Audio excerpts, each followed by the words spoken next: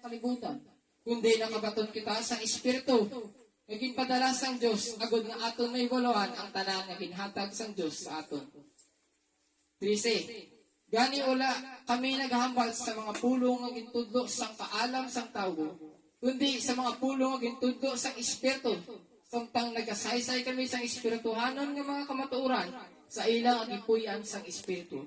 So kadisa, buhat man isang Espiritu Santo nga naa kaninyo. Kung nahangpan ninyo sa mga ginasiling sa aton mga igsoon kaganina, sa mga nagawali, kung mahangpan ninyo na siya, buhat na siya ng Espiritu Santo. Kaya inyo man nahangpan, kaya sumana sa pulong, naka ninyo ang Espiritu sang Diyos. Kung kamo, nakaibalo, nga nakaibalo sa tanan, nanungod man sa Espiritu sang niagisulti sa Espiritu sang Diyos. So, dugang pa, ang Epeso Kapitulo 4, versikulo 30. Nakaibalo ka mo, nga naana kaninyo ang Espiritu Santo sang Diyos. Sa diya nga naana kaninyo ang Espiritu Santo sang Diyos, dili ninyo pagsuba ang Espiritu Santo sang Diyos. Kaya ang Espiritu, amo ang tanda nga iya kamo sang Diyos, kaya sa isa kagarantiya, nga mag-aabot ang adlaw nga ang Diyos magaluwas kaninyo. So, sa kaginina, na parte man sa aton nga pagpangayo sa Diyos.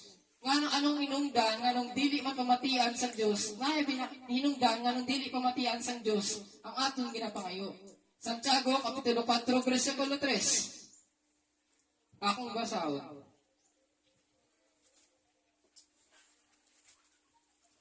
Kag kung nagapangayo ka mo, wala kang ginatagi. Tungod kay ang inyo tinutuyo malain. So, sa diya nga dili ka mo maitagan, kaya nga naman ang inyo tinutuyo malain. Ginapangayo ninyo ini nga mga butang para lamang sa inyong kaugalingon ng kawiyan. So, nga naman inyong nga kung ang Diyos nagapamati sa aton nga aton nga mga ginapangayo.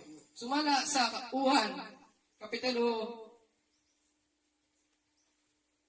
5, versikulo 7. Akong basahon.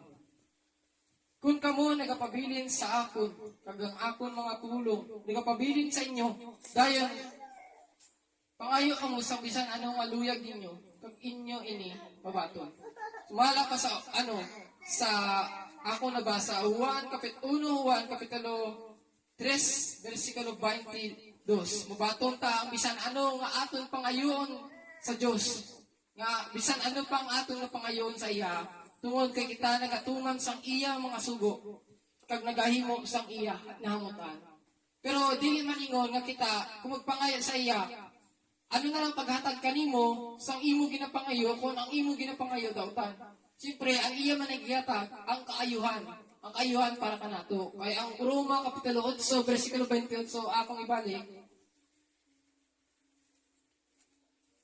kaya ang tanan, kaya nakaibalo kita ang tanan nga ginahimo sang Diyos.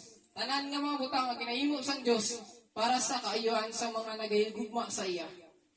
Kag sa mga gintawag niya suno sa iya tinutuyo. So, dili na ko to mga igsoon, ibalik naton sa